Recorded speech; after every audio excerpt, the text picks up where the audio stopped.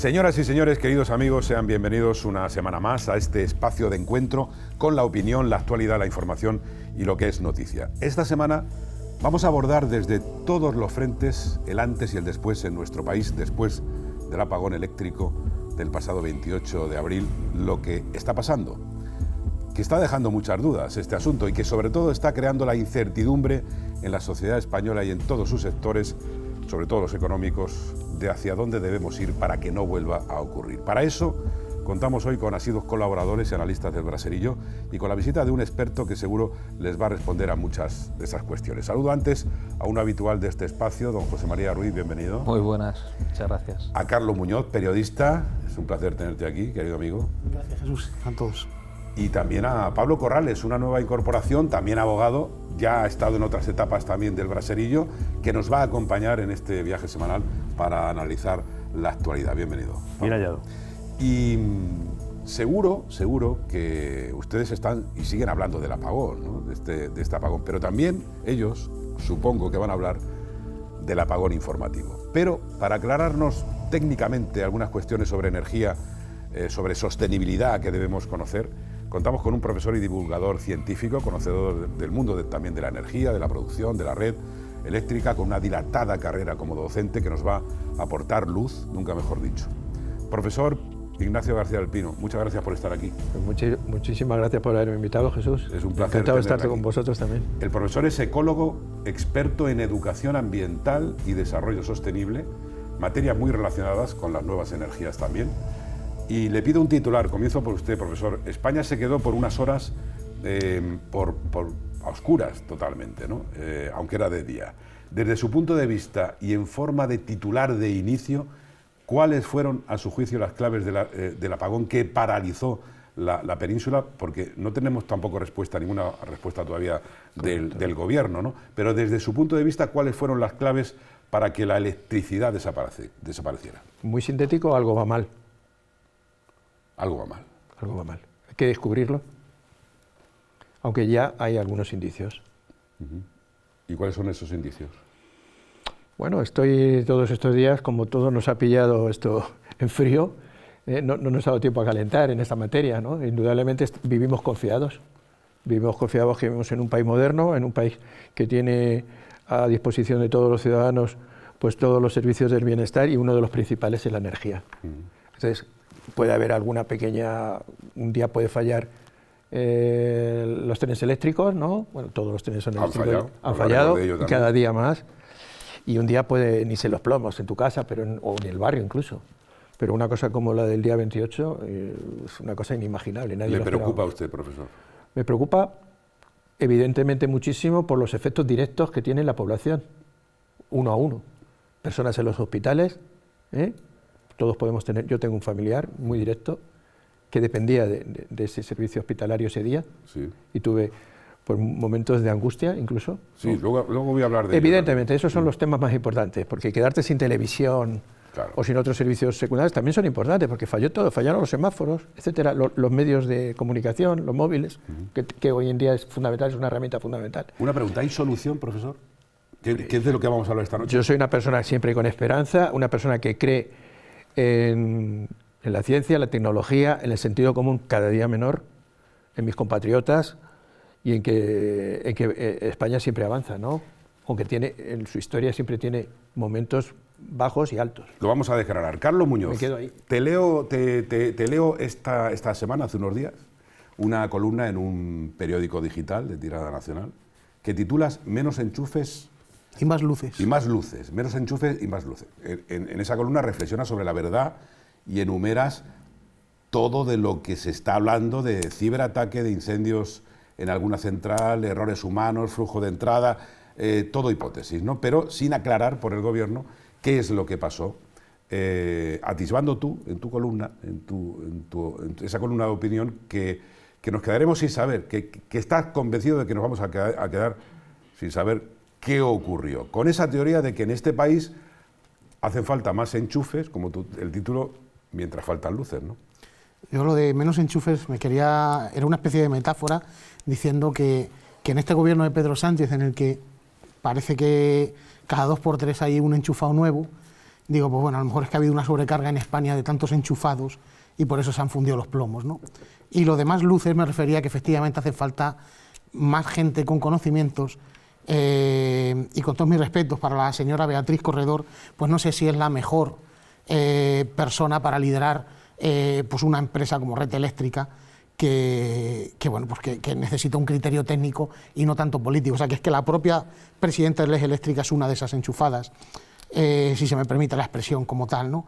¿Por qué creo que nos vamos a quedar sin saberlo? Pues nos vamos a quedar sin saberlo porque es lo de siempre. O sea, si es que Pedro Sánchez vuelve a enseñar la patita y vuelve a ocurrir lo mismo. Y me estoy refiriendo a, no, es que nos sabotean, o sea, es decir, en primera persona como máximo responsable del país, él no tiene culpa de nada, ni él, ni la gente que trabaja en su gobierno, ni el ministerio, ni Red Eléctrica, ni nadie. La culpa es de las empresas eléctricas, la culpa es de que nos han saboteado, o sea, el ministro Puente no tiene nada que ver con los problemas en el transporte, sino que, no, nos han saboteado. Claro, en mi cabeza, llámenme iluso, no me entra en la cabeza que nadie pueda llegar y decir, ir por favor a los Llévenes y cortar las luces para ver si fastidiamos a Óscar Puente.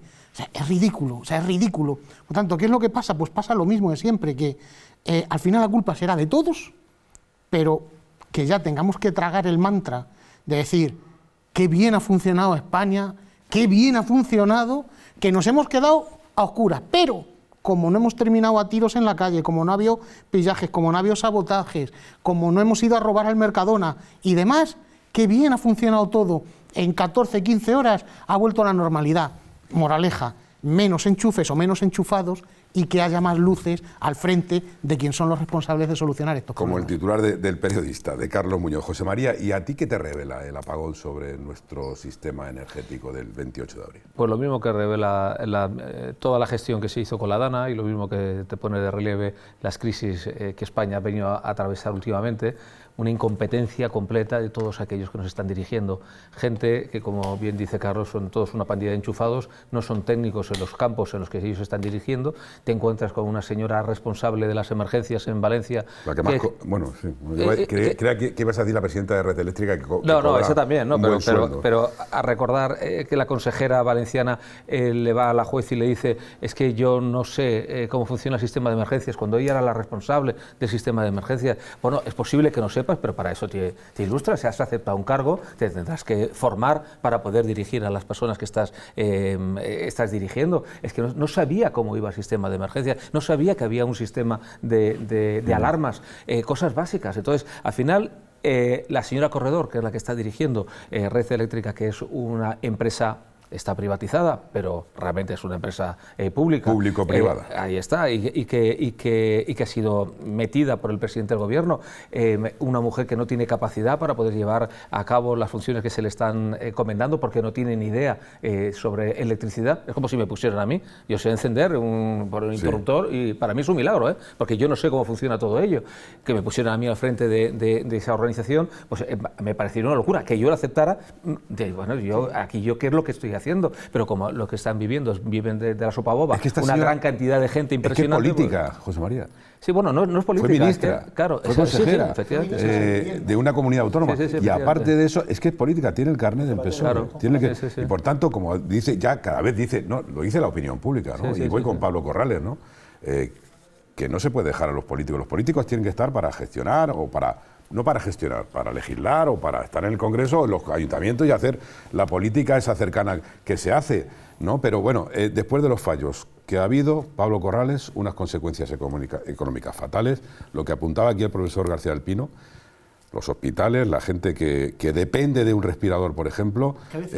Sí, una muestra más de que dependemos de la electricidad, que conllevó, pues ya saben ustedes, ¿no?, un corte en Internet, en los sistemas, en el agua, en conectarnos y que esto necesita soluciones para nuestro futuro energético, para no quedarnos sin electricidad, ¿no?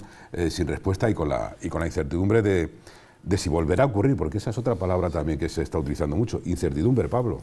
Bueno, yo creo que esa palabra, esa maldita palabra que es la incertidumbre, es la que puede ocasionar una serie de consecuencias bastante graves e incontrolables a fecha de hoy y desconocidas que van a tener impacto no solamente económico, gravísimo, sino también posiblemente en el comportamiento ejemplar hasta la fecha de la sociedad española. No es un problema de los hospitales, por supuesto, es un problema de las residencias, por supuesto, pero es que hay mucha gente cuya vida depende de una toma de luz. Están en su casa con respiración, con ayudas, con oxígenos, con máquinas, y esa gente depende en su casa, no están en el hospital, y dependen de que ese suministro eléctrico que parece que se nos olvida que es un derecho casi natural y que no lo es, que eso hay gente que tiene que estar trabajando y garantizándolo, lo damos por sentado, pero es que las pruebas de los últimos tiempos, no solamente el día 28 de abril con el apagón, sino que ya antes, y ahora estamos conociendo cómo desde hace ya algunos meses ha habido expertos, incluso determinadas instituciones, que advertían a la propia red eléctrica de que el sistema estaba rozando el límite y que había que tomar medidas para evitar precisamente lo que ocurrió el día 28. Eso no se hizo, y yo creo, en mi opinión, que no se hizo por razones estrictamente ideológicas y de oportunismo político, y bueno, pues mucho me temo, y ojalá estuviese yo equivocado, se volverá a repetir. Se volverá a repetir si no se enmienda. Sí, todo este asunto tan complicado, ¿no? Porque parece ser que también incluso el mismo, de esta semana, el lunes, en algunas zonas de España, ha habido otro microcorte. Bueno, profesor García del Pino, usted que también está perfectamente informado, pero me decía, yo voy a su programa, señor Olmedo, pero no entro en la política, yo entro en lo que sé y me parece perfecto, ¿no? Pues ha escuchado usted aquí a 3 personas, lo que la mayoría de los habitantes de este país se preguntan sobre el caos eléctrico del pasado lunes 28 de abril. ¿Por qué a su juicio se produjo el fallo, el corte que produjo ese impacto en la economía, en la sociedad y en la tecnología? Bueno, lo primero que me parece que, por rematar un poco la pregunta anterior, a mí me preocupa directamente por esto que habéis comentado perfectamente, ¿no? Pero también por la calidad de algo tan importante como es la energía. Es decir, el mantenimiento de la energía eléctrica es fundamental, ¿no? La energía es un término más amplio, abarca un espectro mayor de conceptos, pero hay uno que es clarísimo, ¿no? Que es la electricidad. Entonces, que falle de esta manera, no que falle puntualmente en un barrio, en un distrito, en un pueblo, ¿no? Pueblo pequeño, que puede pasar y va a pasar siempre, porque la red eléctrica es vulnerable en todos los sentidos. Pero que pueda darse este suceso realmente preocupa también por cómo tenemos enfocado todo el sostenimiento de la energía eléctrica en España, ¿no? Esa es la primera pregunta, y su relación. En mi caso particular, primero como ciudadano, y segundo, esa relación que puede tener con el medio ambiente. Yo desde hace tiempo, muchos años, ya he tenido que abordar el conocimiento de las ventajas e inconvenientes de las diferentes fuentes de energía y de las diferentes fuentes de energía que abastecen la energía eléctrica en concreto, ¿no? Entonces, para mí, no es el día 28, es llegar al día 28, incluso sin saber qué había habido, porque no lo sabía, era imposible porque nadie te estaba informando, ¿no?, de que había habido ya unas turbulencias, unas señales, unos signos de que algo mal iba en la red. Pero yo ya de hace muchos años estoy observando cómo tenemos nuestros abastecimientos energéticos en aspectos tan importantes como son la energía eléctrica, o otros también, como la locomoción, por ejemplo, y el transporte, ¿no? Entonces yo ya he venido viendo una evolución a algo que, tengo que decirlo, como persona que ha trabajado por y para el medio ambiente y del medio ambiente, tengo que decirlo, yo siempre he apostado, llevo en esto desde antes de los 80, yo soy profesor del año 78, primer año, curso 78-79, primer curso de la era democrática, ¿no? Y yo ya yo vengo de la Universidad Autónoma de Madrid como ecólogo, y podéis imaginaros que mi formación ha sido ambientalista a tope. Educación ambiental, biología ambiental. Sí, claro, evidentemente, y medio ambiente. Y ahora ya relacionado... Y cuidado con el medio ambiente, educación ambiental. Y ahora ya relacionado, como usted dice, con todas estas nuevas energías renovables, eólicas... Entonces, mi preocupación ha sido cómo la energía influía en el medio ambiente, pero sin olvidarnos, porque a veces cuando nos centramos en algo en concreto, nos podemos olvidar de otras cosas, ¿no? Sin olvidarnos que la energía es fundamental para la vida y hay que tolerar o hay que abordar los impactos ambientales. ¿Estamos preparados para emergencias eléctricas? Solo para acabar la contestación de qué me pareció en ese momento. Para no diluir mucho. Algo que en el fondo no me extrañó. En el fondo, aunque fue una sorpresa, no me extrañó. No me esperaba una cosa así. Vale. Pero yo ya veía cosas especialmente un poco relacionadas con cómo relacionaba la economía con las fuentes de energía y cómo se habían disparado hacia un polo. Porque en mi formación como ecólogo no entraba en ninguna asignatura de la energía, podéis imaginaros. En aquella época. En aquella época yo estudiaba ecosistemas, sí, todo lo que tiene que ver con la dinámica de los sistemas, asignatura de... Pero usted ha ido, claro, aparecían las nuevas energías, adaptándose. Es que necesitas en cualquier profesión abordar unos conocimientos extrauniversitarios. Y yo me he formado en aspectos energéticos en los años 80 y 90. Profesor, le tengo que preguntar sobre lo que interesa. Y siempre quiero decir, como remate de la pregunta, desde el principio, y ahora más todavía, recuerdo que los expertos en energía en aquellos años, en los 90, ya decían, porque ya teníamos una polémica, quiero decir que yo era más de renovables que energía nuclear, por ejemplo, sí, en aquellos años, ¿no? Porque no teníamos apenas renovables. Las renovables son ya del siglo XXI, su implantación en España, casi en el mundo, ¿vale? Entonces yo provengo de una preferencia por algo tan bonito y tan romántico, sí, ¿verdad?, como son las energías renovables. Sí, pero ahora ya usted me dice... Quería decir solamente eso, Jesús, si me permite, que ya los expertos decían diversificación. Vale. Es la palabra clave. Diversificación. Y luego ya podemos entrar en profundidades. Pero ¿cómo habrá que evitar que España vuelva a quedarse oscura? Porque ahora se ha polarizado la diversificación. Eso me preocupa. ¿A usted le preocupa la política del gobierno? Hombre, en cuestión energética, este tema, por supuesto, para eso estoy aquí. ¿Qué está haciendo mal el gobierno? Lo estoy diciendo.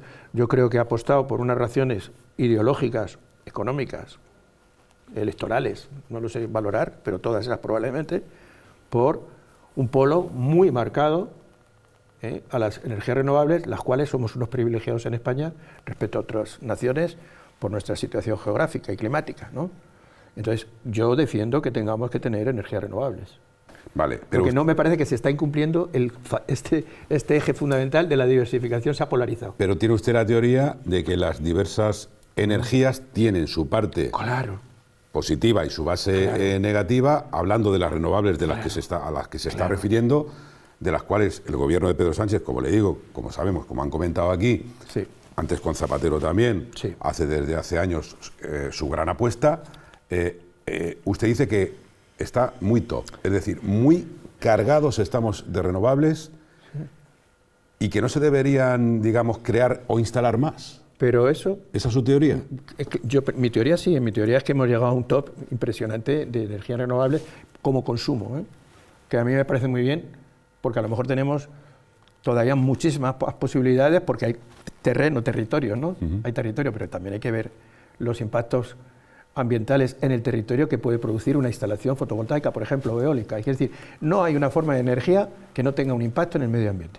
Ahora, si queremos tapar algunos impactos ambientales, no hablar de ellos, y solo destacar los que por algunas razones, como digo, que para mí solo pueden ser económicas, políticas, ideológicas, o electorales, pues eso es lo que nos llevaría a separarnos de unos equilibrios que personas que no tienen nada que ver con la política y que no tienen interés, bueno, todo el mundo tenemos un interés, ¿no? Pero que asépticamente diríamos, no, a mí dame lo mejor, me lo dé quien me lo dé, me da igual que me lo dé la izquierda que me lo dé la derecha, dame lo mejor para mi servicio, que es lo que yo pretendo. Vamos a hablar de las nucleares. Yo creo que también. Ahí nos estamos desequilibrando un poco y eso me tendríais que dejar espacio para poder decir por qué, pero habrá tiempo. No, tendremos tiempo. Si esto va a correr ríos de tinta por parte de los periodistas, va a haber mucha polémica y estamos esperando todo, Carlos, estamos esperando una explicación, ¿no? Pero cuidado con ese dato que acaba de decir el profesor García del Pino, ¿no? Dice, estamos ya muy cargados de energías renovables. Como consumo nuestro. A lo mejor para exportar, si ahora mismo hay una implantación en el territorio... Generamos 3 veces más de energía de la que somos capaces de consumir. Claro. De hecho, el día que más consumo, o los días que más consumo se produjeron en España fueron los días de la Filomena, y España genera 2/3 más de energía de la que se consumió durante la Filomena. O sea, quiero decir, que capacidad energética hay mucha. Sí. Lo que no tiene sentido es que llegue el gobierno y diga, ¿España o será verde o no será? Pues mira, pues estamos viendo que no va a ser. O sea, el mix nucleares verde pues parece que es el modelo que se está siguiendo, pues te iba a decir en Europa, yo me atrevería a decir que prácticamente en todo el mundo. Un avance. Pero no podemos demonizarlos. Un avance, profesor, Carlos, un avance perdone, solo. Carlos, no todo el mundo tiene la posibilidad de tener las energías renovables que tenemos nosotros. ¿Por qué tenemos nosotros mejores Porque tenemos condiciones? porque tenemos, voy a incluir a las energías del agua, a la hidráulica. La hidráulica, ¿no? sí. La hidráulica. Entonces nosotros tenemos un potencial hidráulico, un potencial eólico y un potencial solar, incluido sobre todo la que se utiliza de fotovoltaico. Único en Europa.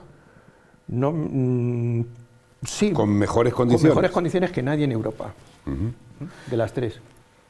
¿Nucleares sí o no? Porque vamos a parar para hacer una primera parada. Para mí no tengo un un no a ninguna forma de ninguna fuente de energía. No tengo ningún compatible las nucleares. no. Por supuesto, innecesaria. Innecesarias. Para Cuidado. mí sí. Claro. Pablo, nos quedamos con ese dato ya. Bueno, es que la pregunta de nucleares sí o no, yo creo que debería estar superada hace muchísimo tiempo.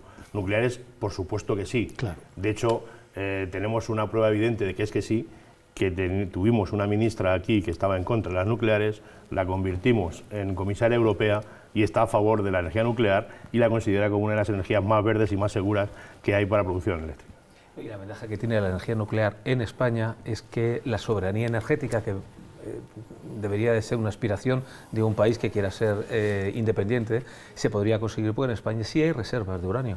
Pasa que son cosas que Está prohibido. se tiene totalmente, bueno, no solamente que esté prohibido, es que no se puede hablar de ello, parece como si no existiera, pero es que España, aparte de su potencial que hemos hablado, pues eólico y solar, es que también podríamos ser un país independiente desde un punto de vista energético, porque la explotación del uranio en España nos daría esa independencia. Es el país que más fuentes de uranio tiene en Europa. Ignacio, Entonces profesor. podrían Sí. perfectamente hacerlo. Estoy escuchando, ¿eh? ¿Qué pasa con el uranio? Bueno, yo el uranio... ¿Qué tiene España de uranio? No ¿Cuánto puedo uranio deciros hay en ahora, España? no puedo, Sí, ahora pero mismo no puedo decir ese con dato. sus datos. Sé que sí, bueno, de toda la vida tenemos varios yacimientos, algunos que ya no se han seguido explotando, sobre todo en Extremadura, ¿verdad? Y en algún otro punto de España, Cataluña, Castilla y León. Castilla y León. ¿Por qué se prohíbe, profesor? Pues eso es una ley nueva, relativamente, Del 2020. del 2020, que no se puede hacer ningún tipo, ni siquiera de estudios de extracción. Entonces, ¿A qué es debido? bueno, yo creo que claramente tiene si extraemos uranio y no lo manipulamos, simplemente como obtener el mineral en bruto y no hacemos ninguna transformación, que son evidentemente necesarias para utilizarlo como combustible, porque no es uranio bruto, no hay ningún aspecto para el medio ambiente. Los yacimientos de uranio no emiten radiactividad. Pero habla José María de esa soberanía que podíamos tener gracias a esa Bueno, esa materia. Soberanía sería si, como por ejemplo, podemos dar un tanto por ciento muy elevado de energía nuclear y tuviéramos un combustible que prácticamente solo es el uranio, 236, 237, en fin, ¿no? Para poder tener ese combustible. Hay otros minerales que también se pueden utilizar, Sí. pero están descartados, como el plutonio, porque sabemos que el plutonio se reutiliza o se puede utilizar para el tema armamentístico, ¿no? Para bombas nucleares. Me tengo que ir a publicidad. Bueno, vamos a descubrir más cosas porque han oído hablar ustedes del mix energético. Claro, pero esto a qué le suena a gente como yo, por ejemplo, que de energías, a ver, porque las estudiamos y estamos todo el día encima, ¿no? Pero mucha gente no sabe de qué estamos hablando cuando hablamos de un mix energético, de la combinada, ¿no? A ver cómo lo explica luego, profesor, enseguida, aquí Vale. en el Braserillo, con Carlos Muñoz, con José María Ruiz, con Pablo Corrales y con el profesor Ignacio García del Pino, hablando de las consecuencias que tuvieron unas horas de apagón en España que nos dejaron totalmente desconectados, que nos dejaron pues con una vulnerabilidad absoluta. Enseguida, seguimos hablando de ello, aquí, en el Braserillo.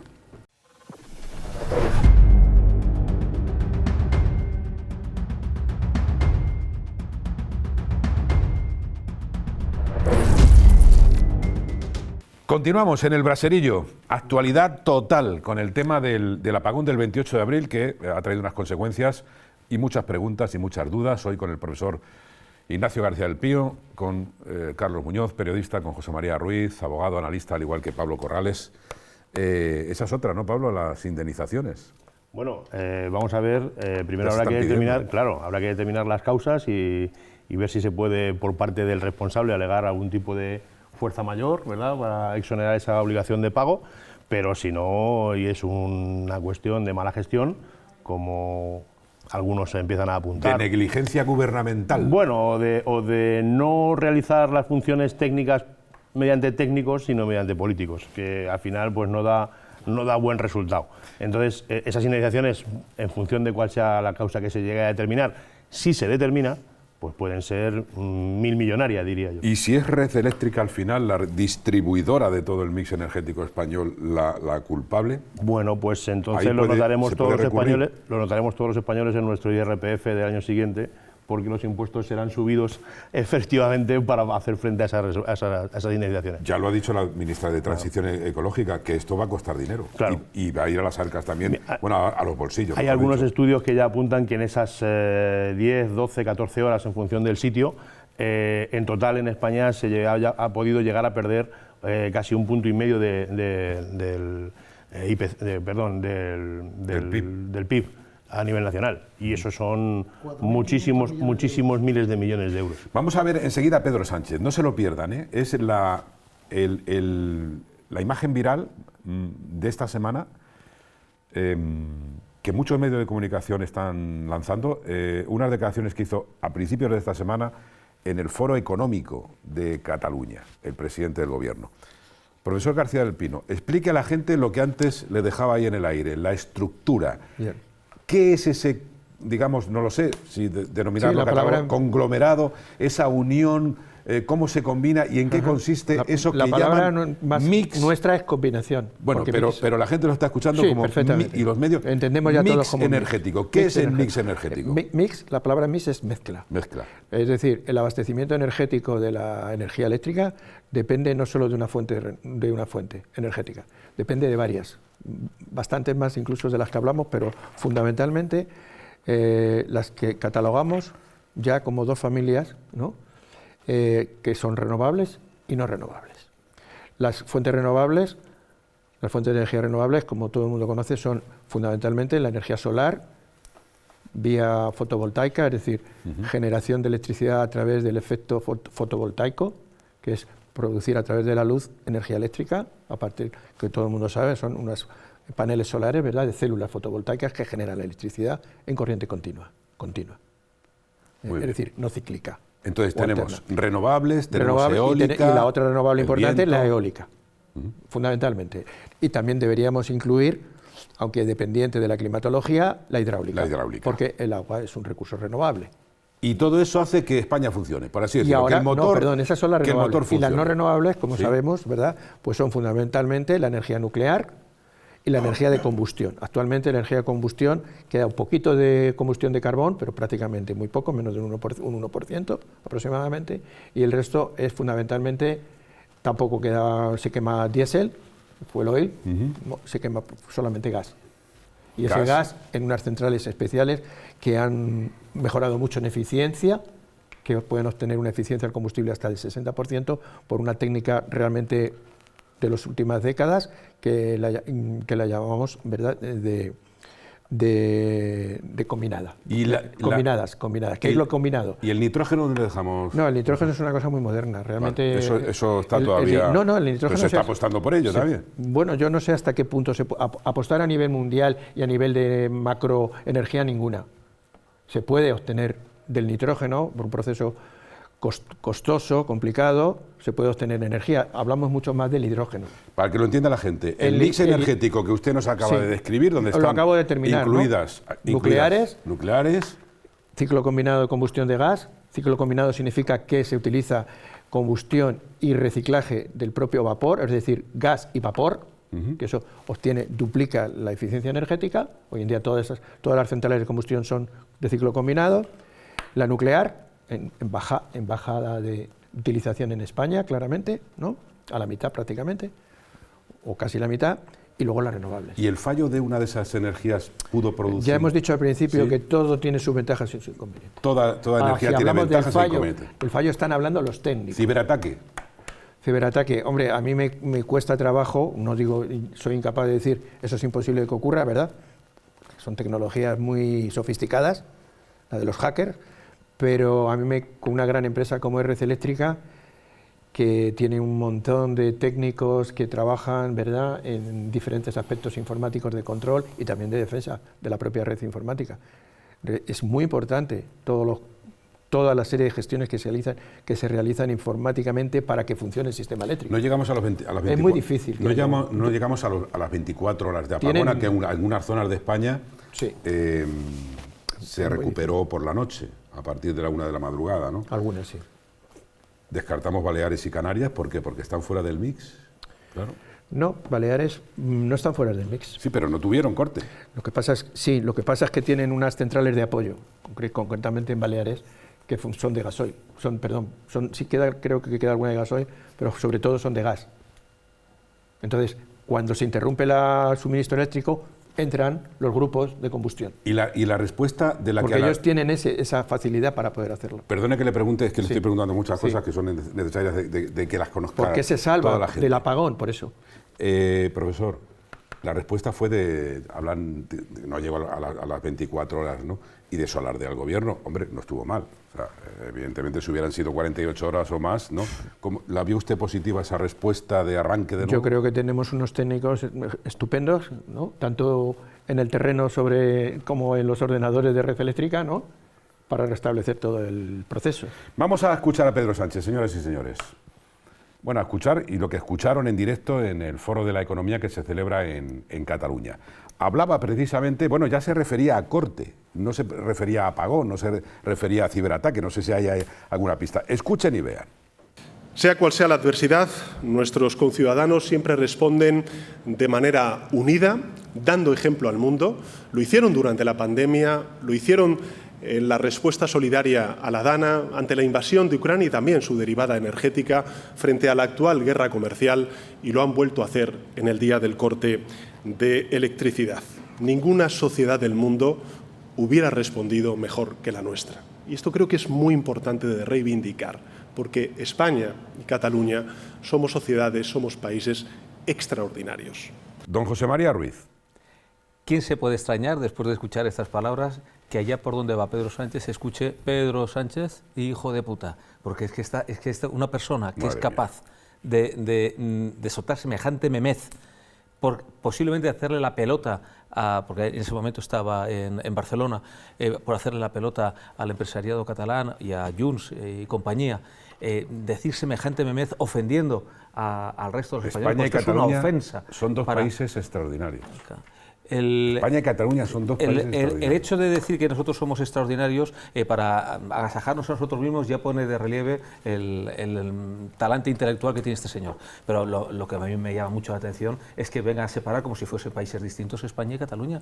Es que eso, ¿qué sentido tiene? Con eso, porque pues, tiene 900, José María, tiene 960 asesores. Claro. Y yo creo que los asesores le escriben también los discursos, ¿no? Pero, Jesús, lo que te digo, entonces, claro, ¿quién se puede extrañar de que allí donde haya una concentración humana, aunque no sea una cuestión política... No lo digas otra vez, por respeto. Pero, no, si por respeto, bueno, si es lo que dice la gente. Si yo son palabras que no suelo utilizar, porque son palabras que no utilizo, pero es que es a veces la mejor definición. Carlos, yo es que si dijera lo que pienso, seguramente... Nos cierran el canal. No volvería más. Entonces, no te preocupes, que no tenemos libertad, gracias a Dios. Prefiero no decir lo que estoy pensando porque me cabrea profundamente. O sea, demuestra pues lo que efectivamente piensa, yo creo que una parte muy importante de España, ¿no?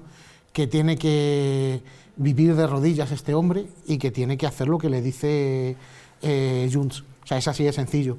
Y en este caso le han dicho que tiene que empezar a meter ya la cuña de que... O sea, todo esto tiene un escrito, ya está, todo esto ya está en marcha. Una hoja de ruta. Y hay un guión, hay una hoja de ruta. Y entonces, la última que hemos vivido es la película de decir, no, es que Cataluña ya es un país, y él ya lo empieza a soltar. Ahora nos echaremos encima 3/4 partes de España y nos echaremos encima todos los periodistas. Bueno, pues no pasará nada, saldrán los ideólogos, saldrán los periodistas afines, saldrán los asesores y lo darán la vuelta. Y dirán que no, que es que efectivamente que tiene sus connotaciones Cataluña y nos comeremos que Cataluña es un país. Pero es que viene la siguiente, que la hablábamos hace un momento, la de que ahora va a haber un referéndum para ver si Cataluña acepta, ojo, si Cataluña acepta, aunque no sea vinculante, el tema de que el BBV pueda fusionar al Sabadell. Pero ¿de verdad alguien cree que eso va a ser de verdad un referéndum para el tema del Sabadell. No, eso va a ser un referéndum para que luego vengan los Junts, venga el fugado de Waterloo, venga etcétera, diciendo, mira lo que dicen, es que esto es un... Y lo van a vender como un referéndum del tema del independentismo catalán y no del tema de la fusión con Sabadell. O sea, es así de sencillo. Entonces, ¿qué es lo que ocurre con este hombre? Pues este hombre estará condenado y obligado a vivir de rodillas el resto de su vida política mientras siga en la Moncloa. Entonces, bueno, pues tendremos que tragarnos una vez más a cualquiera de estos disparates que está acostumbrado este hombre. Bueno, por enlazar con lo que dice Carlos, yo creo que la gente que sepa cuánto es 2 más 2 y cómo se lee la M con la A, sabrá discernir que eso no es un error de Pedro Sánchez, no es un lapsus lingue, no es que se le escapara. Lo dijo así, no sé si porque se lo cree de verdad o porque lo necesita. Porque lo obligaron. Porque lo necesita. ¿Y para qué lo necesita? Para seguir viviendo donde vive, en la Moncloa. ¿Alguien se imagina que el presidente de la República Francesa hablara de Francia y de Córcega como 2 países hermanos y 2 países que se respetan hasta el máximo? Yo creo que el presidente de esa República Francesa duraría lo que tarde en llegar la gendarmería a Elíseo, ¿no? Lo mantean. Claro. Lo mantean allí mismo. Es así. Lo que pasa aquí en España todo lo que pasa aquí, y antes lo hemos hablado, ¿no? Somos unos ciudadanos ejemplares. Sí, sí. Y a veces pecamos de ejemplaridad. Que no somos ejemplares. Si fuéramos ejemplares lo hubiéramos manteado. Eso es lo que haría un ciudadano ejemplar. Es lo que estoy intentando decir. Es decir, pecamos de ejemplaridad civilizada. Hay situaciones que no se pueden tolerar. Acuerdo que no hace algún tiempo el profesor Marina en una cátedra, en una conferencia, dijo que no todas las opiniones son respetables. Lo que es respetable es que cada uno opine lo que le dé la gana. Pero una vez que opinas, tu opinión no es respetable. Y lo que ha dicho este señor, sea el presidente del Gobierno de España o sea el de la comunidad de propietarios de mi casa, no es respetable. Mucho menos siendo presidente del Gobierno del Reino de España. Es decir, equiparar Cataluña con España y eso que lo haga el presidente del Gobierno de España es algo que los ciudadanos no deberíamos tolerar. Para mucha gente tampoco es coherente el tema de la nuclear, que ahora voy a preguntarle al profesor. Pero usted también quiere lo que están opinando. Lo que ha escuchado usted. Sí, pero yo creo que puedo estar básicamente de acuerdo sobre una opinión política, ¿no? Que comparto bastante, menos la facilidad que tenemos a veces en los españoles de insultar, ¿no? Me parece que se puede criticar todo, y más duramente incluso, pero no utilizando esas palabras, que estoy de acuerdo con José María, ¿no? Pero al margen de, no voy a añadir nada sobre, solamente una cosa que sí creo. Creo que el presidente de gobierno, en el fondo no se quedó contento consigo mismo. Porque lo que le hubiera gustado decir es que son 2 naciones. Y ahí ya es tocar hueso, ¿no? Como se suele decir en algunos términos. Porque realmente todavía, nosotros a veces, de una manera coloquial, podemos decir país o nación y entendemos lo mismo, pero no es exactamente lo mismo. País viene de paisaje y hay unas connotaciones geográficas muy importantes, paisajísticas, incluso ecológicas, a veces, ¿no? De comunidades. Pero ni siquiera estoy de acuerdo con que Cataluña fuera un país o Toledo fuera un país. Sí. No. O Madrid o Barcelona. No, pero bueno, hay unos términos geográficos que podemos compartir, ¿no? Se puede aceptar. Una nación puede tener varios países, entre comillas, geográficamente hablando. En gastronomía. Pero desde luego, en gastronomía, el queso mientras del que país. no se demuestre lo contrario, España es una nación y Cataluña no es una nación. Pero ojo, es una región y políticamente hablando o administrativamente hablando una comunidad pero autónoma. También todo el mundo dice País Vasco y no eche la mano a la cabeza. Lo podemos aceptar perfectamente. José María. Sí, bueno, es que desde el punto de, en fin, esto viene del latín. Entonces tú puedes hablar de país como una zona. Claro, de paisaje. Claro, y hablar de Vascongadas. Pero con las connotaciones que tiene ahora todo esto. El problema es el nacionalismo. Sí, que quería añadir una cosa. ¿Cuál es el trasfondo que viene a tener Pedro Sánchez cuando está diciendo, desde un punto de vista ideológico, está utilizando estas palabras, aparte de las cuestiones políticas? Estos son federalistas. Es que ellos, ya lo verás con el tiempo, y en muy poquito tiempo, ellos van a estar hablando de naciones, porque entienden que el Estado español debe ser un Estado federal. igual que los Estados Unidos de Norteamérica. Nación de naciones, ya se ha dicho. Ahí está. También. Entonces, bueno, incluso ni siquiera nación de naciones, es un Estado que coordina diferentes naciones y esto llegará, vamos. Remate usted, profesor. Sí, porque como tenemos, que vamos al tema de como las tenemos nucleares. energía, yo digo una cosa, si alguna vez, si alguna vez consigue, yo creo que no lo va a conseguir, pero si alguna vez consigue el gobierno actual, que claramente no rechaza totalmente y la eliminaría la energía nuclear de España, ¿no? Sí. Creo que no conseguiría cerrar nunca la mitad de los reactores, prácticamente la mitad de los reactores que hay en España, porque la mitad está en Cataluña. Claro. ¿Verdad? Pues espera un momentito. Entonces, no lo conseguiría hacer. Déjelo ahí. Apartado que ha creado mucha polémica, el cierre de las centrales nucleares en España, que está generando, como están viendo, bueno, pues un gran debate sobre la seguridad de la red eléctrica, la transición energética y la pérdida de empleos también, ¿no? Porque íbamos a tener aquí esta misma semana, van a estar aquí miembros de varias plataformas, entre ellas la extremeña de Almaraz. Hay una plataforma, Sí Almaraz, Sí al Futuro, que están invitados en este programa, en el Braserillo, para hablar de lo que conseguiría el cierre de las centrales nucleares. Algo que forma parte de un proceso más amplio de transición energética hacia fuentes de energía renovables en nuestro país. La central de Almaraz 1 se espera que cierre en Extremadura en noviembre de 2027, después de 46 años de funcionamiento. Almaraz 2 en 2028. La central catalana de Ascó se espera el cierre en 2028. La de Cofrentes en Valencia en 2027. Y Trillo y Guadalajara y Vandellós en Cataluña en 2035, siendo la última central nuclear en cerrar. Profesor, ¿es en este momento adecuado ese calendario de cierres que ha establecido el Gobierno ideal después de lo que hemos sufrido? Y otra pregunta que le hago también en el mismo bloque. ¿Respetan las nucleares el medio ambiente? Las nucleares tienen unos periodos de cierre, lógicamente, por la utilización y las características técnicas de las centrales nucleares, que yo no puedo aquí dilucidar si se corresponden exactamente. Según lo que he oído en la opinión de ellos mismos, ¿no?, de los responsables de estas centrales nucleares, estas fechas pueden ser dilatadas algo más. Ellos, pero vamos a pensar que la decisión última hay dos tipos de decisiones: la decisión política, que puede dar desde la dirección de un país, ¿no?, que opte por un modelo de energía, un mix de energía diferente a otro, porque no hay un único modelo científicamente estudiado que sea mejor. Cada país, cada nación tiene sus posibilidades que tiene que explotar y puede tener un mix completamente distinto. Si tú tienes gas, desde luego, a lo mejor porque tienes ese recurso natural, sería absurdo, salvo que tengas otro mejor, no utilizarlo. Claro, pero existe una energía, digamos, una alternativa viable y suficientemente desarrollada. Mi opinión para nuestra nación, para España, que tenemos que aprovechar la energía nuclear de las centrales que tenemos, incluso en el futuro, de centrales nuevas y además con características tecnológicas nuevas, porque también todo evoluciona. Las energías renovables han evolucionado en 30 años, digamos, aproximadamente, de su implantación.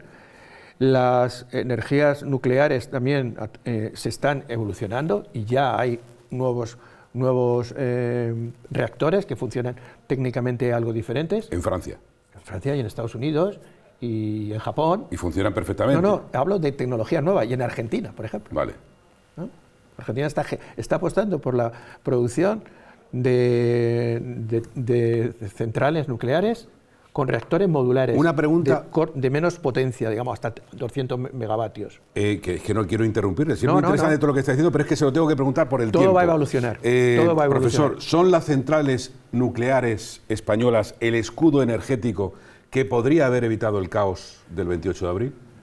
Es muy sencilla la pregunta. Mi opinión, sin ser un técnico específico en la materia, por lo que yo estoy informándome y oyendo a los expertos, es que y por los expertos que hablan en conducción eléctrica, que este es otro tema.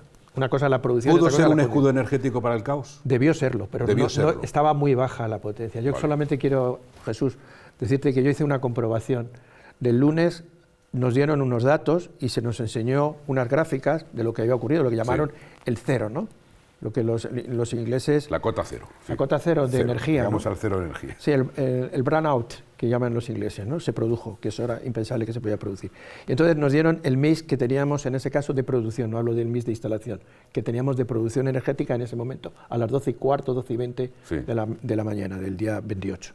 Y teníamos aproximadamente un 80% de energías renovables y el 20% restante fundamentalmente repartido entre un 9, creo, un menos de un 9, un 6% de nuclear muy bajo, un 5 incluso, y el resto, pues las otras energías que podían aportar al sistema, que son diferentes, no solamente son las que yo he citado antes grandes. ¿Me contesta? Sí, entonces, nuclear. El miércoles hice, a las 72 horas hice yo mi propia, entré en Red Eléctrica y miré qué estábamos utilizando. Y estábamos utilizando un 51% renovables, un 47% entre la nuclear y ciclo combinado y un 2% aproximado de importación. Portugal. Pero todavía no sabemos lo que pasó. Sí, sabemos que ya hay un mix diferente de producción. Usted tiene una teoría que pudo ocurrir algo en alguna planta importante del territorio nacional, de la península. Yo no tengo una teoría, digo que puede pasar. De la península ibérica. Sí. ¿Algún fallo? No, más que fallo, una consecuencia de red. Una desconexión involuntaria o voluntaria. Cuidado, que estamos hablando de economía, Pablo. Claro, estamos hablando de economía. Es que fíjate lo que ocurrió, ¿no? Mira, que nos vimos vulnerables y a dos velas, nunca mejor dicho. Hace muy poquito tiempo leí un artículo que hablaba de que el tiempo que puede soportar una sociedad en esas circunstancias. Desconectada. Y hay un artículo que me hizo mucha gracia de una periodista española, que el artículo en cuestión se titulaba A 4 cañas del caos. A 4 cañas del caos. Eso trae su origen de otra expresión anglosajona, que es a 48 horas del caos. Está estudiado, parece ser que lo que una sociedad puede aguantar sin esa información, sin esos servicios, sin esas infraestructuras básicas, esas comunicaciones, esa telefonía, como máximo son 48 horas. Estuvimos, como dice la periodista, a 4 cañas del caos. Eso es un riesgo, pero no es un riesgo solamente por las consecuencias económicas de las que hablábamos antes, sino por las consecuencias económicas a futuro. Las grandes inversiones vienen o van a países seguros, que dan unas garantías, que dan unas infraestructuras sólidas, que tienen gobiernos que se dedican a gobernar, no a hacer ideología con la energía, no a hacer cambalaches para cerrar nucleares y fomentar las producciones de energías renovables alternativas, y olvidar las nucleares, porque políticamente lo llevan en su ADN, lo llevan en su programa. Y no saben o no son conscientes de que el sistema español necesita ese equilibrio. Y ese equilibrio no se puede ver perjudicado por una apuesta irracional sin cambiar previamente el sistema. Yo no estoy en contra en absoluto de las renovables, faltaría más, pero si el sistema no se cambia, no se puede eliminar una pata del banco. 2 minutos antes de ir al siguiente bloque, y le pregunto a Carlos, es muy importante lo que antes ha dicho aquí el profesor Ignacio García del Pino. Las personas electrodependientes están reclamando ahora después, protocolos ante otro posible apagón, ya que les va la vida, señores.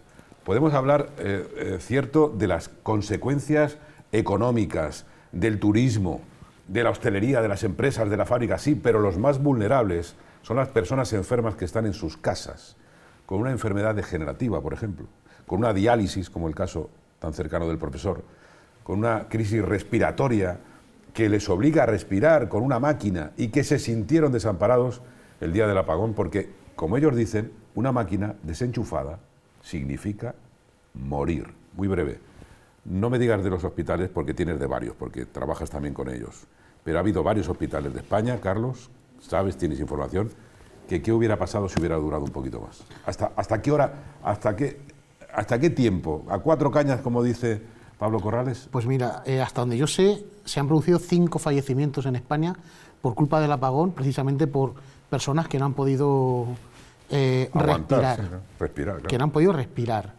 Sin que pase nada, o sea, aquí nadie va a pagar nada, ni va a pasar nada, pese a esos 5 muertes. Hasta donde yo sé, los generadores aguantan 48 horas, o los hospitales mayoritariamente tenían una capacidad aproximadamente de 48, 50 y pocas horas de mantenimiento de esa energía antes de entrar en el caos absoluto, antes de entrar en el caos. Increíble. Y yo, sin negar lo que dice el profesor, yo sí soy todavía de los que confía que España sí ha podido sufrir un ciberataque.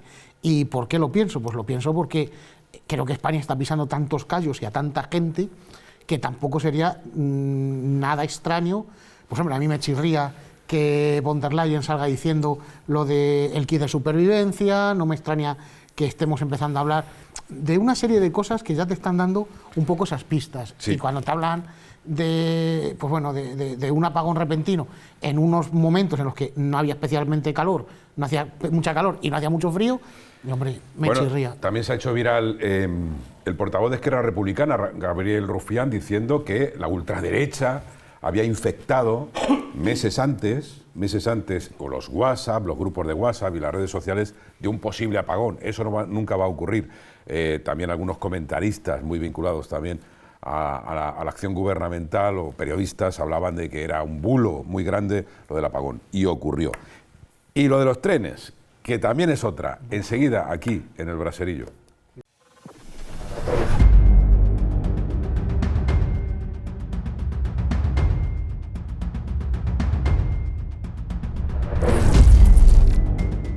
Recta final del Braserillo en esta semana, hablando casi monográficamente del apagón. ¿Por qué? Porque nos va la vida, porque no emitieron las televisiones, muchísimas radios, algunas sí, los medios de comunicación, no había agua, no había comunicaciones, no había transporte, los semáforos, y porque se perdieron, según dijo el presidente del gobierno, profesor Ignacio García del Pino, 15 gigavatios. Era la potencia que iba en red. Entonces, lo que pasa es que la red se fue por sus sistemas de sus diferenciales, digamos, ¿no?, de seguridad. Hay unas perturbaciones que se pueden ser de dos tipos: perturbaciones de voltaje, o sea, que tienen que ser grandes, porque la red tiene 400.000 voltios de capacidad, digamos, o de frecuencia, que son, como sabéis, 50 hercios. Uh-huh. Y entonces, esas perturbaciones de las dos, seguramente de los dos tipos, hacen que la propia red, pues, para no quemarse, irse abajo, toda la red, salte, se va desconectando por las zonas, primero por las zonas afectadas y luego por todas. Saca una conclusión, profesor, que en España hay que tener una decisión alineada, pues como ha dicho, ha hablado también de Estados Unidos, de Francia, ¿no?, con las mejores prácticas internacionales en materia de energía y sostenibilidad, o podría tener repercusiones negativas en la seguridad energética de nuestro país. Bueno, y esta es otra. Ya se habla de líneas de trenes de alta velocidad. José María Ruiz, Carlos Muñoz, con Pablo Corrales también, de alta velocidad en España que hay que revisar. Hay nuevas compañías operando, esto como los aviones, hay más competencia, más compañías ferroviarias, pero solo unas vías. Eso sí, España tiene más de 3.400 kilómetros de vías ferroviarias de alta velocidad. Es la red ferroviaria de alta velocidad más grande de Europa. Ojo con esto. Y la segunda más grande del mundo después de China. Eso es muy importante. Es decir, la evolución de la red ferroviaria de alta velocidad española es muy importante. Pero tuvo otro caos este pasado fin de semana con un puente por medio y con más de 10.000 personas paradas, atascadas, viajeros dicen que abandonados a su suerte tras un posible sabotaje, como indicó el ministro de Transportes, Óscar Puente. Pero los viajeros, las personas de todo tipo y condición, sin agua, sin poder utilizar los aseos porque también estaban atascados, sucios también de los trenes, sin ayuda, sin agua, sin galletas, sin alimentos, en medio, José María Ruiz, de ninguna parte. ¿Qué está pasando con los trenes? Porque están abandonados. Probablemente lo más grave de todo del sistema ferroviario no sea incluso el mantenimiento de la maquinaria y del sistema eléctrico, sino de las propias vías. Las propias vías soportan, por Madrid-Barcelona me parece que son 80 convoyes diarios a 300 kilómetros por hora. Esas vías, su mantenimiento es deficitario, no están suficientemente mantenidas. Eso necesitaría una revisión bien en profundidad, porque si no funciona el sistema eléctrico, el tren se para. Pero como no funciona la vía, el tren sale disparado. Es justamente lo contrario, con 700 o 800 personas dentro. El sistema ferroviario español es muy costoso y es muy grande, por lo tanto cuesta muchísimo dinero. Bueno y está muy bien. Y en un país que funciona con unos directores que son tan sumamente incompetentes, porque son una pandilla de incompetentes, no es de extrañar que todos estos fallos se vayan produciendo periódicamente. Y eso, pues como ocurrió con la Dana, un buen día de pronto saltará que ha habido un mal mantenimiento de las vías ferroviarias porque un tren saldrá volando, pero ese día ya, la desgracia esa ya no lo podrás evitar. Así funcionan nuestros políticos y así funciona nuestro país, lo cual es una pena. Cuando tú escuchas a un político diciendo que España tiene el mejor sistema eléctrico energético del mundo. Que hay que tener tela marinera, como el presidente del gobierno diciendo que somos extraordinarios. Es que, por Dios, ¿dónde ha salido toda esta gente? Pues es lo que está pasando con el sistema de alta velocidad. Está abandonado porque cuesta muchísimo dinero. Aquí nadie se atreve a poner el cascabel al gato. Aquí habría que hacer una buena inversión en infraestructuras. Y en seguridad. No se está realizando. Y en seguridad, porque, porque si hablamos, Carlos, se habla de sabotaje. Bueno, a ver, ¿cómo analizas lo que dijo el ministro, Óscar Puente? Él, como experto, ¿y el AVE para Talavera cuándo? El AVE para Talavera y para Extremadura, Perdón, extremeños. Carlos, ¿qué porque dijo tiene que pasar primero por Talavera. Pues, ¿qué dijo que había de sabotaje, que no se sabía si eso, pero ya apuntaba a esa teoría, ¿no? Es que, vuelvo a decir lo mismo, es que aquí todos tienen la culpa, menos el señor Óscar Puente. Todos tienen la culpa. Yo creo que en su mente tiene que estar la idea de decir, no, yo voy a culpar aquí a la ultraderecha, que yo creo que es que este hombre pensaba, o sea, pero ¿cómo se le ocurre decir que no, que pues sabotaje, lo mismo que Maduro? O sea, nos han saboteado. Hombre, Venezuela puede tener cosas buenas, pero de ahí a traerte los argumentarios de Venezuela a España... Bueno, Maduro pues, dice que es culpa de las eléctricas cuando hay apagones todos los días en Venezuela. Y aquí que se hable de que, bueno, pues nada, que había 3 chavalillos prácticamente que se fueron a Los Llévenes, un pueblo de Toledo, y que cortaron el cable. No, y estaba orquestado, decía, porque fue en una zona donde no había cámaras y demás. Mire usted, que no venga usted con cuentos, ni con tonterías, ni con chorradas. O sea, como estaban diciendo los compañeros, efectivamente la situación es mala.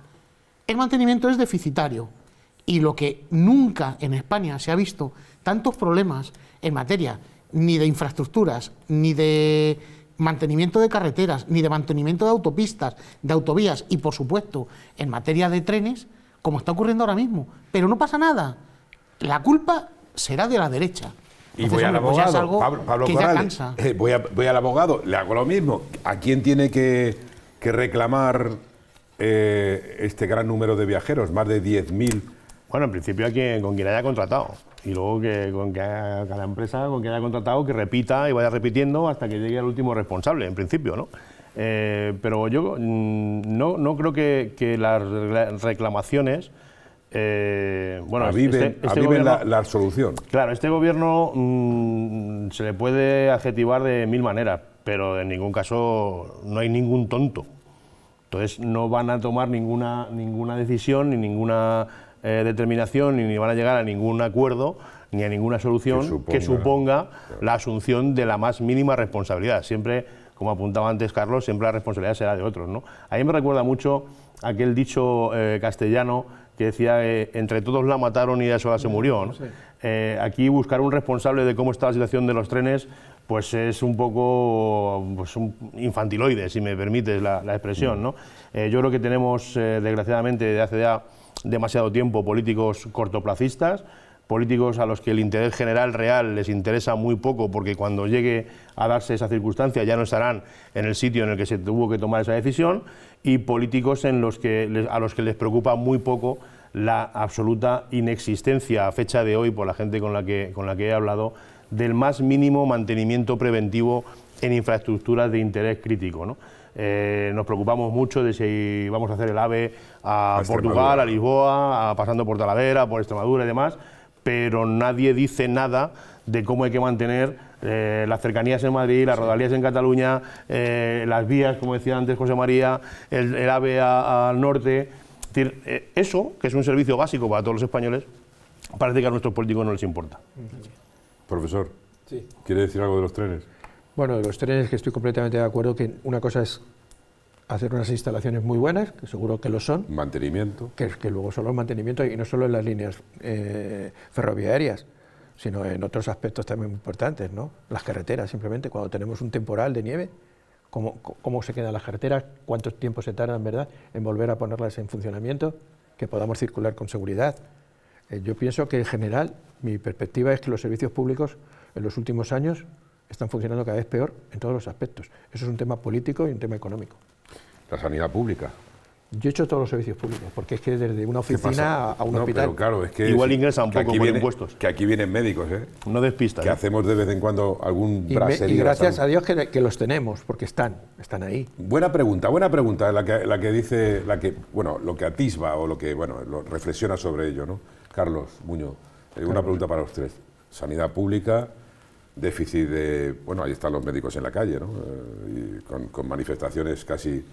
Los funcionarios públicos, muchos funcionarios en España, más que la gente se echa la mano a la cabeza porque hay más funcionarios que autónomos, ¿no? ¿Qué país puede soportar eso, no? Pero todo lo público, es decir, los trenes, ha fallado Red Eléctrica, una empresa público-privada, muchas carencias en la sanidad, totalmente desbordada, la sanidad pública. La educación, ¿Qué pasa? La educación pública. ¿Qué pasa con carencias, muchas carencias? ¿Qué pasa con todo esto, Carlos? ¿Hacia dónde camina España? Pues mira, si te metes en educación, solamente tienes que ver los informes y los resultados de los informes PISA para darte cuenta de que estamos a la cola de Europa. Pero, o sea, compitiendo con todos mis respetos, con Rumanía, Bulgaria, Hungría, Polonia, etcétera, con todos los países de la Europa del Este, cuando a mí lo que me gustaría es estar compitiendo con Alemania y con Inglaterra o con Gran Bretaña. Si hablas de sanidad, pues solamente te tienes que dar cuenta que llamas a un pediatra porque tu hijo tiene una gripe y te dan cita para dentro de 15 días. Y dice, mire usted, que dentro de 15 días ya no le hace falta al niño ir al médico. Si vas a urgencias cada vez que viene un brote de gripe, pues solamente tenéis que ver la situación en la que está. De los servicios sociales básicos de asistencia y demás, ya prefiero no hablar. Entonces, si a eso, que es lo que realmente le importa a la gente de la calle, o sea, la gente de la calle no está en las chorradas que muchas veces se inventan los políticos, ni están en matices que no están en la calle. A la gente lo que le importa es que haya seguridad, que te atienda el médico y que tengas una buena carretera en la que ir y que tu hijo tenga un buen colegio. Y eso es lo que nos importa a todo el mundo. Pero si a eso dedicamos a invertir pues nuestro tiempo, nuestro esfuerzo en otras cosas, o dedicamos a ver cómo narices defendemos que Cataluña es un país, como está haciendo ahora Pedro Sánchez, dice, pues apague y vámonos, porque obviamente pues algo estamos haciendo mal. José María, lo público. Creo que como he comenzado este programa, es todo por incompetencia. Quiero recordar que era en Perú, donde tenía la legislación penitenciaria más progresista de toda América Latina, y la gente se le moría de hambre y se les moría de enfermedades dentro de las prisiones, ¿no? Y había droga y aquello era un caos, ¿no? No es un problema que tú quieras legislar, como por ejemplo ahora con la ley, ¿no? Tú que eres abogado, la ley de eficiencia judicial, y luego si no dotas de medios, eso lo único que vas es a generar un caos impresionante. Y puedes tener la ley mejor sobre el sistema judicial cuando después no le das los medios adecuados ni tienes las personas adecuadas para poderlo dirigir. Eso es un desastre completo. Y eso es lo que les pasa a España. Aquí nos encontramos una alternancia PP-PSOE, PSOE-PP, que al final es un régimen PP-PSOE que ha sido un desastre.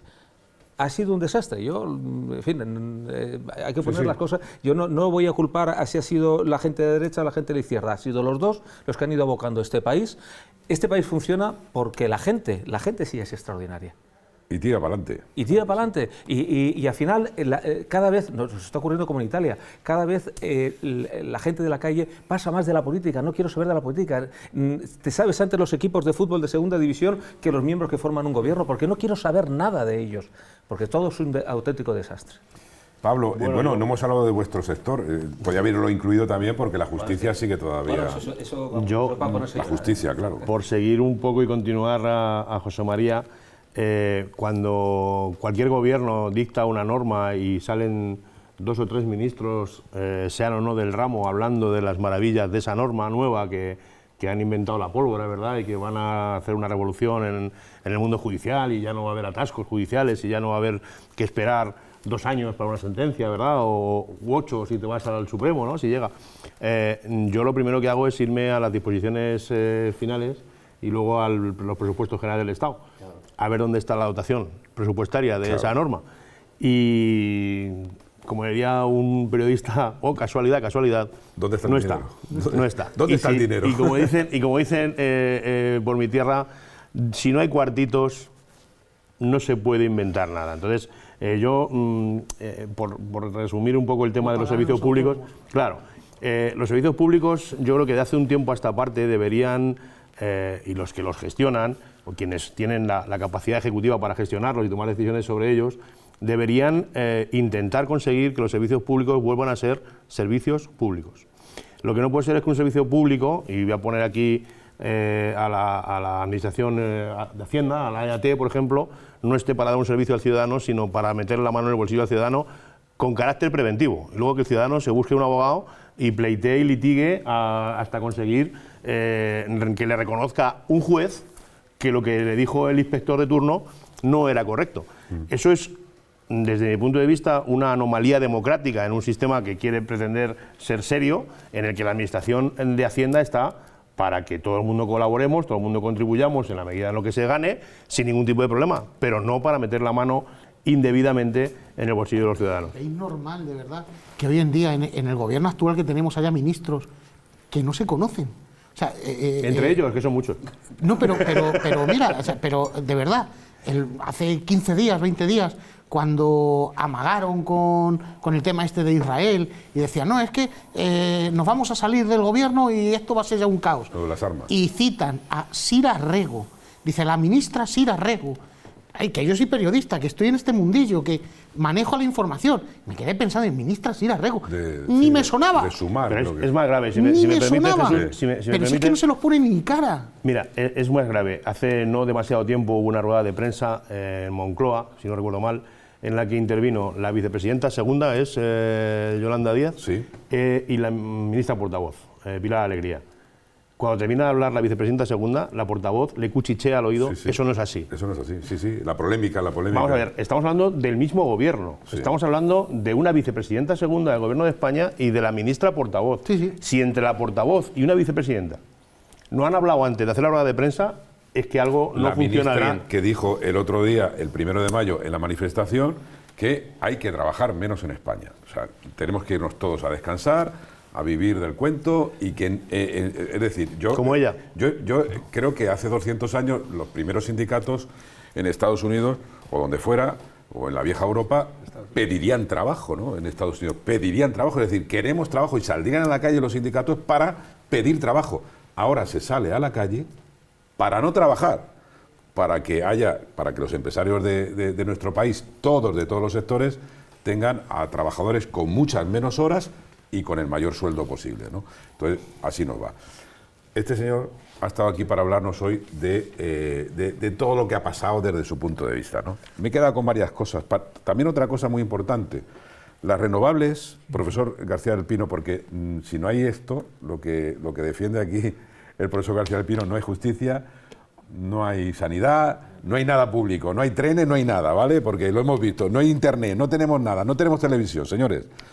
Las renovables necesitan mucha tecnología. Usted ha dicho hoy en este programa, muy importante, que España ha llegado a un top y que no dejaría que hubiera más, o sea, que no se instalaran más renovables. Mi opinión. Vale, pero necesitan mucha tecnología, ¿no? No, yo estaba fuera de antena, ¿no? Sí. Digamos, estábamos hablando que es más sofisticado los sistemas tecnológicos que permiten que el tipo de energía eléctrica producida en una central renovable para entrar en red, para ponerse en sintonía y en armonía con la frecuencia que hay en la red eléctrica. Digamos, en ese sentido hay que utilizar una serie de tecnologías que son inversores, es decir, transformadores muy sencillamente de corriente continua, que es como se produce en un panel fotovoltaico o en un aerogenerador, transformarlo en energía alterna. La diferencia es que en una central nuclear o en una central de ciclo combinado ya se obtiene la energía alterna que va directamente a la red. Esa tecnología más sofisticada permite, hasta cierto punto, entrar en red. Son tiristores, se llaman así, inversores, y ya con eso lo hace la propia central y existen unos controles justo en la entrada en red para permitirlo. Si se supera esa capacidad tecnológica por demasiada perturbación, digamos, de frecuencia, por un lado, aunque hay otras razones, es más complicado. Entonces, es más fácil que se produzca lo que se ha producido. De hecho, lo están diciendo todos los técnicos eléctricos, digamos, ¿no? Le leo dos titulares de la prensa que de esta semana. Para acabar la pregunta que me has hecho, yo creo que tenemos una capacidad, está ahí, de instalaciones renovables muy superiores a las renovables, ¿sí? Como 3 veces más, por lo menos. Le leo dos titulares. Estamos terminando, profesor. Sí. Por una parte es bueno, por otra no. Por una parte, las empresas eléctricas a las que aludió Pedro Sánchez en la primera comparecencia, después a las 8 horas de la primera comparecencia, sí. Bueno, pues más o menos luego en la segunda también ya culpó directamente a las compañías eléctricas privadas. Las compañías esta semana, en varias, incluso están agrupadas en asociación, han dicho que la culpa fue de Red Eléctrica, por un lado. Y las nucleares se defienden de Sánchez, diciendo que no fuimos una rémora durante el apagón. Al contrario. ¿Qué tiene que decir de estas dos valoraciones que hacen tanto las nucleares como la red eléctrica? No puedo opinar. La red de compañías puede haber eléctricas. fallos, tanto en las empresas, digamos, generadoras de electricidad, que por cierto, cuando hablamos de empresas generadoras de electricidad, son todas, y además de las diferentes fuentes, porque a lo mejor Iberdrola tiene el 80% ahora mismo ya de conexión, vamos a decir, o de responsabilidad de producción. En las nucleares. Iberdrola también está en nucleares, con Naturgy y con otras. Todas, sí, se está metida en las nucleares. Iberdrola tiene más renovables que nucleares. No sé si entonces está ya al 50-50. Bueno, quiero decir. Entonces, ¿quiénes son las empresas? Son ellos mismos. Y Red Eléctrica es una empresa, diríamos, sin competencia, ¿no? Distribuidora. Es la distribuidora de la red. En España es la única. No tenemos otra empresa distribuidora de la red, solo tenemos una red responsable, solo una empresa, que sí es cierto que es una empresa privada, pero que está dirigida públicamente, porque el Consejo de Administración depende de las acciones y el Gobierno tiene el 20%. Le voy a hacer una buena... ¿Quién es culpable de lo que ha pasado? Yo pienso, voy a pensar bien de todo el mundo. Venga, piense usted bien. Yo pienso que no hay un responsable ni en Red Eléctrica ni en las empresas productoras. Que el fallo ha fallado automáticamente por una sobretensión o una infratensión, es decir, una anomalía. Una anomalía. Vale. Una anomalía. Déjelo ahí, luego le voy a hacer la última pregunta. No, tampoco lo sé. Le voy a hacer un sabotaje. ¿Cómo se puede pretender? O sea, una pregunta muy tonta. Si no sabemos las causas, ¿cómo podemos prever que no se va a volver a repetir? Es así de sencillo. O sea, sale el Gobierno, no va a volver a repetir, esto no va a volver a ocurrir. Carlos. ¿Y cuáles son las causas? No lo sé. Pregunta para los tres. Pues ¿Creéis que el impacto del apagón va a dañar la imagen del Ejecutivo?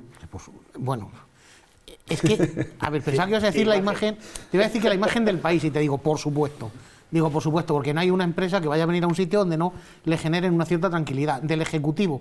Pero es que si con tantos... O sea, cualquier otro gobierno del mundo, cualquier otro gobierno del mundo, no con esto, sino con la mitad de problemas que está teniendo España, ya estaría volando por los aires. O sea, en Japón, un ministro dimite porque le multaron una multa de tráfico por ir borracho. Claro, borracho. Que no era borracho, un examen, ¿no? por superar el límite. O una tesis. José María, va a dañar la imagen, imagínate, un poco más aquí no hay imagen al Ejecutivo ese apagón, lo de los trenes, todo esto. Es indudable, lo que pasa que después Pero ves no pasa las nada, intenciones de voto y la madre del cordero. Sigues viendo que hay un suelo en el Partido Socialista que se mantiene en cualquier caso, lo cual es deprimente, porque es que para mí no resiste el menor análisis racional. Pablo, muy breve. Creo que es difícilmente dañable lo que ya está dañado. Es decir, aquí la imagen del Gobierno ha vuelto a ser la misma que ha sido en los últimos 7 años.